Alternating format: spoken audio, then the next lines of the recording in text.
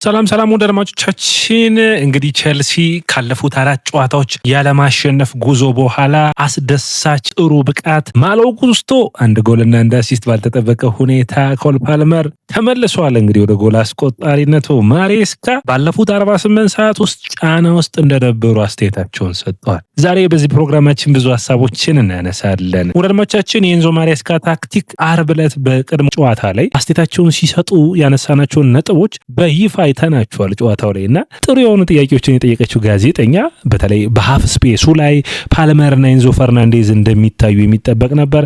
ፓልመር አስቆጠረ። የፓልመር የፊትነስ ጉዳይ፣ የሪሲ ጄምስ ከጉዳቶች አገግመው፣ ፎፋና ድንቅ ሁኔታ። በአጠቃላይ ውድ አድማጮቻችን ቼልሲ ካለፉት 6 ጨዋታዎች በፎፋናና በቻልባህ እየተመራ 5ቱን ክሊንሺት ማስጠበቅ ችሏል። ካለፉት 4 ጨዋታዎች ያለማሸነፍ ጉዞ በኋላ ቼልሲ ወደ ማሸነፍ ተመልሷል። ጨዋታው እንዴት አገኛችሁት? የእናንተ የጨዋታው ኮከብ ማን ነበር? ፓልመር ወይስ ማሎ ጉስቶ? አስተያየታችሁን አስቀምጡልኝ። እንግዲህ ቼልሲ ባለፉት 3 የእንግሊዝ ፕሪሚየር ሊግ ጨዋታዎች ማሸነፍ አልቻለም ነበር አይደል? ከአርሰናል ጋር በስታንፎርድ ብሪጅ አቻ ወጣ፣ ወደ ሊድስ አቀና፣ በሊድስ 3-1 ሽንፈትን ያስተናገደ። ከዛ በመቀጠል ደግሞ በቪታሊቲ ስታዲየም ከበርንማውዝ ጋር 0-0 ወጣ። ታዲያ ይህ ጨዋታ ኤንዞ ማሬስካን ጫና ላይ ከተተ ነበር። ነገር ግን ኮል ፓልመር በ21ኛው ደቂቃ የመጀመሪያውን ጎል አስቆጠረ። በጥሩ ሁኔታ ነው ኳሱን የጨረሰው። ጉስቶ እንደ 10 ቁጥር ተጫዋች ነው። ኤንዞ ፈርናንዴዝ ነበር እንደዚህ አይነት አሲስት የሚጠበቀው። ታዲያ ጉስቶ በአስገራሚ ሁኔታ አስቆጠረ። ሁለተኛው ጎል ደግሞ ጉስቶ አሁንም ለኔቶ ሰጠው። ኔቶ በሚገባ ሚኬሌንኮን ድሪብል ካደረገ በኋላ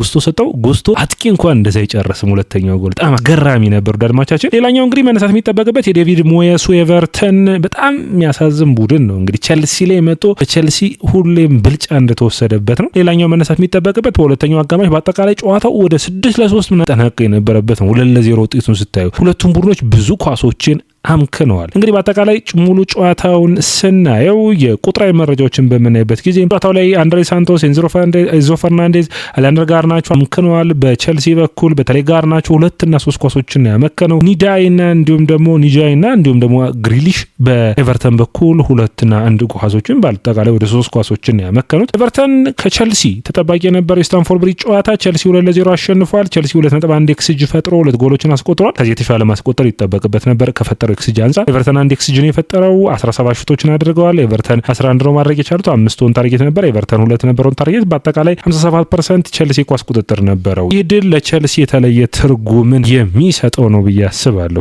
ከምን ነጥቦች አንጻር ኤቨርተን እና ቼልሲ እንግዲህ ሲገናኙ የሚጠበቀው ይህ ጨዋታ ነበር አይደለ? ካሱን በደረጃ ሰንጠረዡ ላይ በአንድ ልዩነት የነበራቸው። ቼልሲ በአጠቃላይ ባለፉት 4 ጨዋታዎች በሁሉም ውድድሮች ማሸነፍ አልቻለም ነበር። ኤቨርተን ግን ወደ ስታንፎርድ ብሪጅ አቅንቶ ለመጨረሻ ጊዜ አሸነፈው በ1994 ነበር። ዴቪድ ሞየስ ወደ ኤቨርተን ይዘው ወደ ስታንፎርድ ብሪጅ ማንቸስተር ዩናይትድን እና እንዲሁም ደግሞ ሊቨርፑልን መግጠም የሚከብዳቸው አሰልጣኝ ናቸው። ታዲያ ዛሬም አልተሳካም። 28 ጨዋታዎችን አድርገው በ28 ጨዋታዎቹም እንግዲህ ጎሎችን ሳያስቆጥሩ ነው የተመለሱት። ኒዳይ እንግዲህ ፖሎ የመለሰበት አጋጣሚ ለኤቨርተን ወደ ጎሉ በጣም የተጠጉበት ነበር። እንግዲህ ትናንት ነገ ፓላስ ይጫወታል። ከዛ በፊት ግን ቼልሲ ቶፕ 4 ላይ ይገኛል። መነሳት የሚጠበቀው ሌላ ነጥብ የፓልመር ወደ ጨዋታ መመለስ ነው። ወደ አድማቻችን ይህ ተጫዋች በውድድር ዓመቱ መጀመሪያ ላይ ክሪስታል ፓላስ ላይ የተጫወተ ነው። በመስከረም ወር ነው እንግዲህ ባየር ሙኒክ ላይ ነው ለመጨረሻ ጊዜ ጎል አስቆጠረው።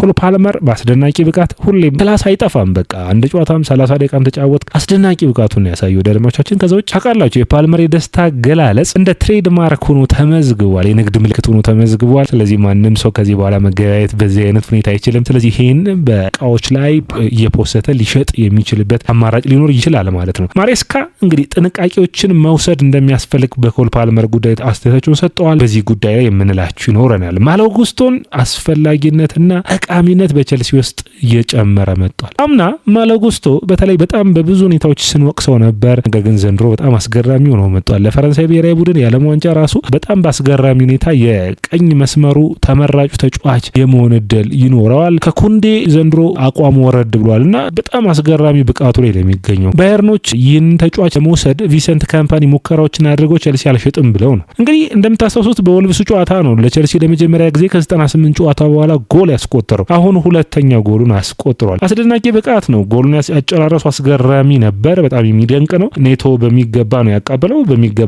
ኳሱን ጨረሰው። እንግዲህ ጉስቶ በመጀመሪያው አጋማሽ ኢንቨርትድ ፉልባክ ሆኖ ነው እንግዲህ ከጄምስ ጎን የተሰለፈውና በዛ አጋጣሚ ኦፕታ በጣም በሚገርም ሁኔታ ቁጥራዊ መረጃዎችን በመጀመሪያው አጋማሽ ሲያወጣ 49 ኳሶችን ነክቷል። 39ኞቹ የተሳኩ ነበሩ በ45 ደቂቃ ውስጥ። ይህ በጣም የሚገርም ነው። ገና ደግሞ 22 ዓመቱ ነው ደረሞቻችን። ስለዚህ የማሎ ጉስቶ የማደግ አቅም በቸልሲ ቤት ውስጥ ወሳኝ ፐርፎርማንሱን እያሳየ እንዲቀጥል የሚያስችል ይሆናል። ቸልሲ በቀጣይ ካርዲፍ ሲቲ ነው የሚጫወተው። ካራባኦ ካፕ የካራባኦ ካፕ ጨዋታዎች ለቸልሲ ወሳኝ ናቸው። ዋንጫዎችን ማሸነፍ በየውድድር ዓመቱ አስፈላጊ ስለሆነ በእንግሊዝ ፕሪሚየር ሊግ ደግሞ በቀጣይ ኒውካስትልን የሚገጥም ይሆናል። ታዲያ ጨዋታው ከተጠናቀቀ በኋላ ኤንዞ ማሬስካ ንግግሮችን አደረጉ ከጋዜጠኞች ለቀረበላቸው ጥያቄና በጣም አስገርመውኛል። የመለሷቸው መልሶች ወዳጆቻችን በጣም ገራሚ ሆኖ አግኝቻቸዋለሁ። ማሬስካ ያለፉትን 48 ሰዓታት አስቸጋሪ እንደነበሩ በአሳኝነት ወቅታቸው ራሱ ያለፉት 48 ሰዓታት አስቸጋሪ እንደነበሩ ቡድኑ በ48 ሰዓታት ውስጥ በጣም ከባድ ጊዜያቶች እንዳሰቡና ከዛ ውጭ ደግሞ ብዙዎቹ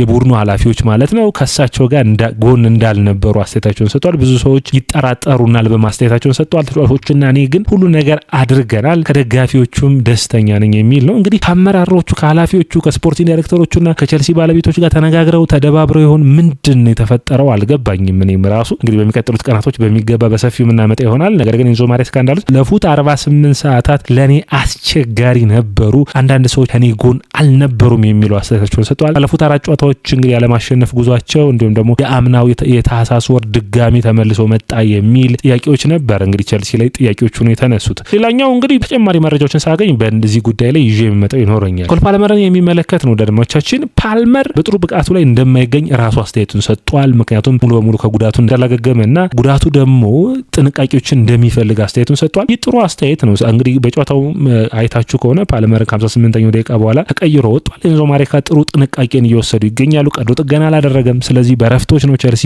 ይህንን ጉዳት ማኔጅ እያደረገው ያለው። ምክንያቱም ቀዶ ጥገና በዚህ ወቅት ማድረግ ስብስቡን ማዳከም ነው። ስለዚህ ጥሩ የሚባል ውሳኔ ሆኖ አይቼዋለሁ። በአጠቃላይ ግን እንደ ስብስብ ቸልሲ የፓልመር ሲኖርና ፓልመር ሳይኖር ልዩነቶቹ አሉት፣ የሚገባም ይታያል። ስለዚህ በሚገባ በዚህ ጨዋታ ደግሞ አይተናል ብዬ አምናለሁ። ሌላኛው የሚነሳው ነጥብ የዌስሊ ፎፋና አስደናቂ ብቃት ነው። ዳድማቻችን የፎፋናና የቻሎባ ጆን ቴሪ እንግዲህ የቸልሲን ተከላካይ ሲወቅስ ነበር አይደለም። አሁን ደግሞ ቁጭ ብሎ የሚደሰት ይመስለኛል። ምክንያቱም ያላቸው ውህደት ያላቸው አስደናቂ ጥምረት በጣም አስደሳች ነው። ዌስሊ ፎፋና እንግዲህ አስደናቂ ብቃታቸው ላይ ይገኛሉ። ዌስሊ ፎፋና 90 ደቂቃ ጨርሷል። የቦርንማውዞን የአርሰናሉን የእንግሊዝ ፕሪሚየር ሊግ ጨዋታዎች ይህንን ጨዋታ ጨምሮ 3ቱን ጨዋታዎች 90 ደቂቃ ጨርሷል።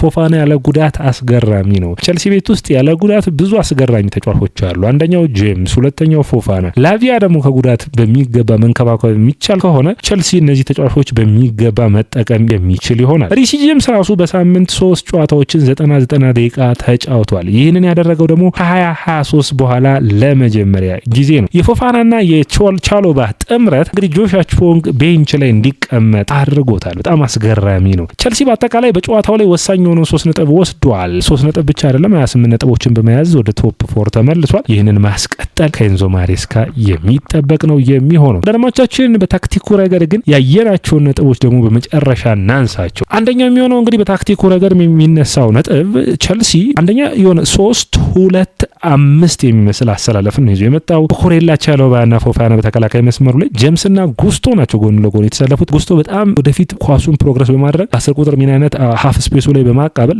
ኔቶና ጋር ናቸው ሁለቱን መስመሮች በሚገባ ለጠጡት። ኤንዞ ፈርናንዴዝና ፓልመር በዚህ መካከል የሚገቡ ነበሩ። ጃኦ ፔድሮ ደግሞ የአጥቂ መስመሩን የሚመራ ነበር። ፔድሮ አሁንም ጎሎችን እያስቆጠረ አይደለም። ለቸልሲ አሳሳቢው ያን ነው። እንግዲህ ካይሴዶ ከዚህ በኋላ የሚመለስ ይሆናል። ለቸልሲ ወሳኙ ተጫዋች ካይሴዶ ነው፣ በተለይ ስፔሶችን በመሸፈን በኩል። ስለዚህ በጣም ወሳኝ የሆነውን ካይሴዶ መልሶ ማግኘት የአሊያንድር ጋርናቾ ባይኖ ጊተንስ ጉዳይ ግን አሳሳቢ ነው። ደድማቻችን እነዚህ ተጫዋቾች ጎል ማስቆጠር አለባቸው። ጃኦ ፔድሮንም ጨምሮ ጎሎችን ሹቶችን አድርገው ማስቆጠር ይጠበቃል። ኔቶም እንደዚሁ እንግዲህ 5 ጎልን በእንግሊዝ ፕሪሚየር ሊግ በማስቆጠር የቸልሲ ከፍተኛ ጎል አግቢ ነው። ነገር ግን መቀጠል ያስፈልጋል። የእንግሊዝ ፕሪሚየር ሊግ ላይ ውጤታማ ለመሆን አትሊስት አንዱ አጥቂ ከ20 በላይ ጎል፣ አንድ ሌላ ተጫዋች ደግሞ 10 በላይ ጎል የሚያስቆጥር ከሁለት ሰዎች 30 ጎል ካገኘ ሌሎች በአጠቃላይ የሚያስቆጥሩት አንድ ላይ ሆኖ ውጤታማ የሚያደርገው ይሆናል። ያለበለዚያ ግን ያንዳንዱ ተጫዋች በጣም ዲስትሪቢዩት የተደረገ ብዙ ጎሎችን ማስቆጠር የሚችሉ መሆን አለበት። ወይም ደግሞ 2-3 ተጫዋቾች 8 እና 9 ጎሎች የሚያስቆጥሩ ከሆነ መሆን አለበት። ኤንዞ ማሬስካ ብዙ ጊዜ ይሄን በዚህ ጉዳይ ላይ አስተያየታቸውን ሰጥተው ያውቃሉ። ያንን የሚያደርግ ተጫዋቾችን ታዲያ የሚፈልጉ ይመስለኛል። ጋርናቾ 2-3 ኳሶችን ያመከኑ በጣም የሚያናድድ ነበሩ ደድማዎቻችን። አሁንም ጥረቶቹ ልፋቶቹ አሉ። ጎል ከሌለ ግን በምን መዳኘት ይችላል? ሌላኛው እንግዲህ የኤንዞ ፈርናንዴዝ ጉዳይ ነው። ኤንዞ ፈርናንዴዝ በእንግሊዝ ፕሪሚየር ሊግ ላይ ከራይስና ከዙቢሜንዲ በመቀጠል ብዙ ደቂቃዎችን የተጫወተ ተጫዋች ነው። ከኒኮ ጎንዛሌዝና ግራቨንበርግ ማካሊስተር በተለየ መልኩ ብዙ ጨዋታዎችን ተጫውቷል፣ ከነ ካይሴዶ ሁሉ። ስለዚህ ይህ ተጫዋች እረፍትን እንደሚፈልግ በሁለተኛው አጋማሽ አሁንም ዛሬም አሳይቷል። የአትላንታ ጨዋታን በሁለተኛው አጋማሽ በሚገባ አሳይቷልና ኤንዞ ማሬስካ ረፍትን መስጠት ይጠበቅባቸዋል። እንግዲህ የሱጎኔ ላቪያ መመለስ ለዚህ ተጫዋች ረፍትን የሚያመጣለት ይሆናል ብዬ አስባለሁ። ጃኦ ፔድሮም ሹት ማድረግና ጎል ማስቆጠር ይጠበቅበታል። ቡድኑ ያለ ሊያም ዴላፕ ሳጥኑ ውስጥ ተጫዋቾች እየጠፉ ነውና እዚህ ላይ ጥንቃቄ የሚፈልግ ይሆናል። ወደ አድማጮቻችን የያ ስፖርትን ላይክ፣ ሼር፣ ኮሜንት፣ ሰብስክራይብ ማድረጋችሁን አትርሱ።